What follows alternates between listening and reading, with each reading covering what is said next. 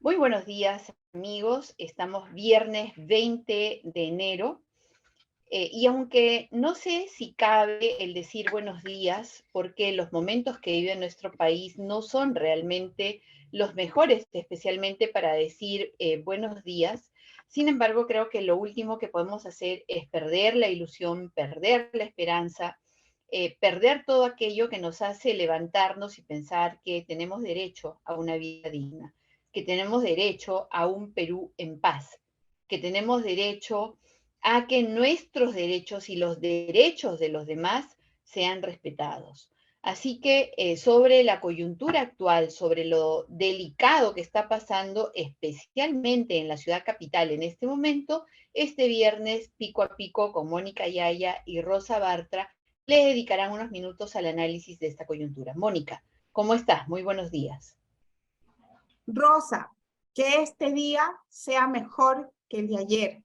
Se reportó ayer ya una muerte en Arequipa y estos grupos dirigidos por narcoterroristas llegaron hasta Lima también a buscar muertos, porque ellos tienen en mente que para ellos un muerto en Lima es un peldaño más hacia la instalación definitiva de un pensamiento extremista y que nos conduciría a la asamblea constituyente que tanto buscan, en la que las libertades se verían recortadas, como ya en estos momentos lo están siendo en algunas regiones en las que los jóvenes están siendo obligados a sumarse a las marchas.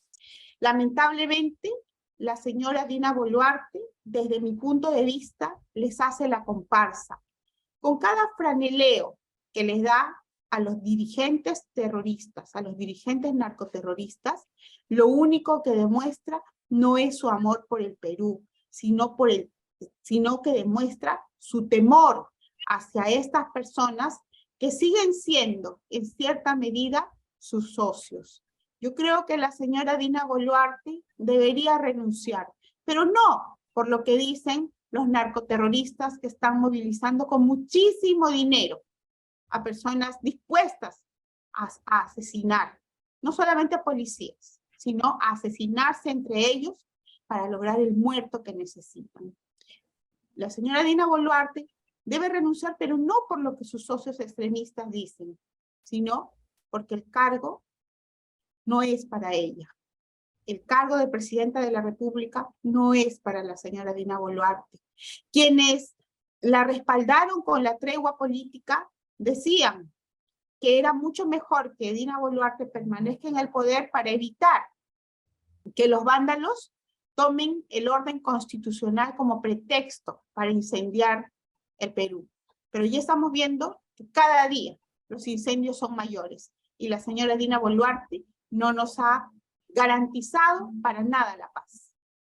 Efectivamente, Mónica, y tú y yo hemos conversado muchas veces en este pico a pico, y de hecho esta es una de las circunstancias en las que estuvimos de acuerdo. Dina Boluarte no era la alternativa para salir de la crisis. Cuando se discutía muchísimo con respecto a que Pedro Castillo debería salir del gobierno, ok, que salga. Nadie estaba de acuerdo con respecto a la posibilidad de que él pudiese mejorar sus capacidades para gobernar.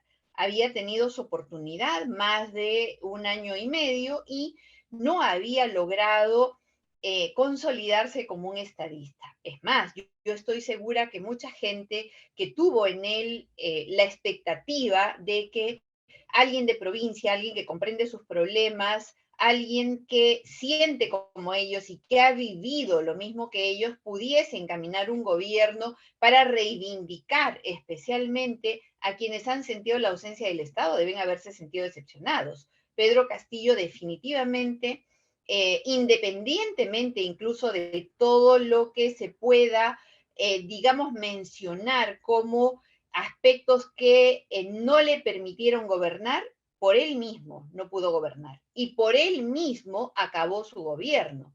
Él decidió terminar con su gobierno y meterse a la cárcel cuando de manera insensata da un golpe de Estado disponiendo la disolución del Congreso y de todos los poderes del Estado, sometiéndolos a reorganización.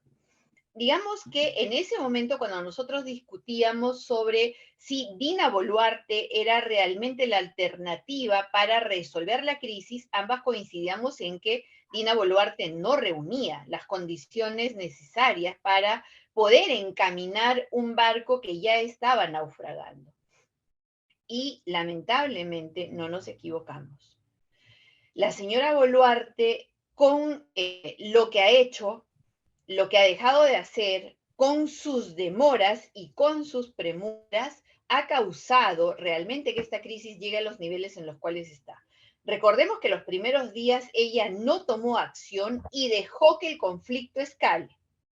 Y ahora que se sabía perfectamente que ya las protestas llegaban a Lima, tampoco ha hecho gran cosa. Ha dado un discurso, que lo comentamos la semana pasada, en la cual no era ni chicha ni limonada, en la cual ni imponía el orden, ni tampoco se plegaba a los violentistas. Más bien trataba de justificar a los violentistas con un llamado tibio al orden. Y desgraciadamente un gobernante no puede tener actitudes en las cuales quiere quedar bien con todos. Un gobernante no puede ser el amigo de todos, sobre todo en momentos de crisis. Un gobernante debe tomar decisiones. Y esas decisiones deben ser firmes y no están orientadas a complacer a todo el mundo, sino a resolver el problema que tenemos en nuestro país. Y la señora Boluarte, desgraciadamente, no ha hecho absolutamente nada por resolver el problema actual que tiene nuestro país. Por el contrario, como muy bien dices tú y en tus términos, le hace la comparsa a todo este juego violentista que ya cobró la vida de más de 50 peruanos. Podrán decir que estos peruanos se expusieron, que los responsables de las muertes no son los policías, sino que han muerto a manos de ellos mismos, lo que sea. Son 50 compatriotas que también sienten, que también son peruanos y que también tienen derechos. Derechos que deben ser resguardados y respetados. La vida de ningún peruano vale más porque esté en Lima, porque esté en el mejor distrito o porque esté en la última provincia olvidada del Perú. Todos en el Perú somos ciudadanos y de hecho tenemos exactamente los mismos deberes y los mismos derechos ante la ley. Y la señora Boluarte no ha hecho nada por resguardar los deberes y los derechos de los 33 millones de peruanos a los que dice gobernar.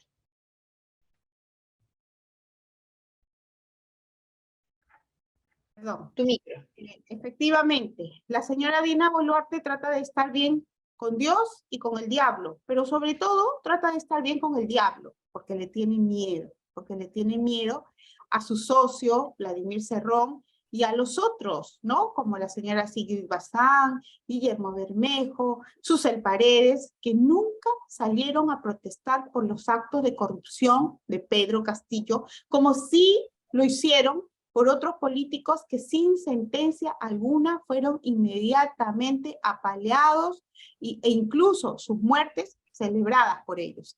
Mira, hace poco estuve en una protesta pacífica de los pescadores de Ventanilla, que desde Ventanilla hasta Huacho han sido afectados por la contaminación del mar por acción de Repsol. Estábamos en el Jirón Junín, a unos pasos del Palacio de Gobierno. No nos permitieron entrar y allí nos quedamos con nuestros carteles protestando. Salía Guillermo Bermejo de Palacio de Gobierno, pasó por nuestro costado, pasó corriendo. Ya vengo, dijo. ¿Acaso se puso allí a protestar junto a los pescadores, que realmente son personas pobres, que necesitan apoyo? Y que están siendo víctimas del abuso de la gran empresa? ¿Acaso él colaboró con esa protesta? No, de ninguna manera, porque es en esos momentos cruciales en donde estas personas que se venden como las defensoras del pueblo optan por lo que económicamente más les conviene, ¿no? En consecuencia, Yo creo que ellos que se dicen de izquierda, en realidad no lo son, simplemente no son izquierdistas, son oportunistas, como lo son Sigrid Bazán, Social Paredes, Francisco Sagasti, Martín Vizcarra. Y nosotros tenemos que saber identificar bien a quién es realmente un demócrata, sea de derecha, legítimamente hablando, puede ser de derecha, puede defender los derechos o las libertades que exigen los empresarios mientras no haya violencia, mientras no haya abuso. O puede ser de izquierda democrática, pero nunca, nunca debemos prestarnos a los odios de los extremos, de los extremistas, sean de izquierda o sean de derecha. Mientras esto sucede, el dólar en el Perú está cerró ayer, anoche, al alza. Es decir, los alimentos nos van a costar mucho más porque gran parte de lo que nosotros necesitamos para abastecernos de alimentos en el Perú tienen precios internacionales en dólares. Entonces, cuando el valor del dólar sube para los peruanos, todos los alimentos nos cuestan más. El combustible nos cuesta más, los pasajes nos cuestan más. Y es por eso que una subida, el alza del dólar nos preocupa. ¿A qué se debe el alza del dólar? Lo dicen los expertos del Banco Central de Reserva, al actual caos político que vivimos en el Perú. Porque en el mundo, y luego no nos vengan los extremistas de izquierda con cuentos chinos, en el mundo, en estos momentos, el dólar está a la baja, está bajando. En cambio, en el Perú, el dólar está subiendo, afectando los bolsillos de las madres de familia, de los padres de familia responsables, de los jóvenes que deben tomar su micro para ir a trabajar, de los jóvenes que deben tomar su micro para ir a estudiar. Y ojo, que el día de ayer muchas clases en universidades públicas y privadas tuvieron que suspenderse por estos actos de violencia, por estos actos terroristas, porque hay que llamarlos como lo que son actos terroristas. Una cosa es una marcha pacífica como la que nosotros llevábamos adelante ante los actos de corrupción de Pedro Castillo, y otra cosa son estos actos de incendio y de golpear a periodistas. Esos son actos de terror, que lo que buscan es atemorizarnos a los que estamos viendo esas situaciones para que nadie les diga, oye, no hagas eso, ¿no? Para que nadie proteste yo, mira, coincido contra ahí, sus ideas extremistas. coincido contigo en que hay un extremismo absolutamente nocivo y que debe ser llamado por su nombre. Ahora, en un Estado de Derecho, los llamados a resolver los problemas son aquellos que ejercen el imperio de la ley. ¿Quién tiene el monopolio del uso de la fuerza? La señora Boluarte. La presidencia de la República. Ni siquiera todo el poder ejecutivo. Es la presidencia de la República quien lo ejerce a través de la Fuerza Armada y también del Ministerio del Interior para ordenar a la policía determinados actos represivos. Pero estos actos de represión de la violencia tienen que estar acompañados de inteligencia, de tal manera que no sean arbitrarios y puedan disuadir sin necesariamente tener costos de vidas.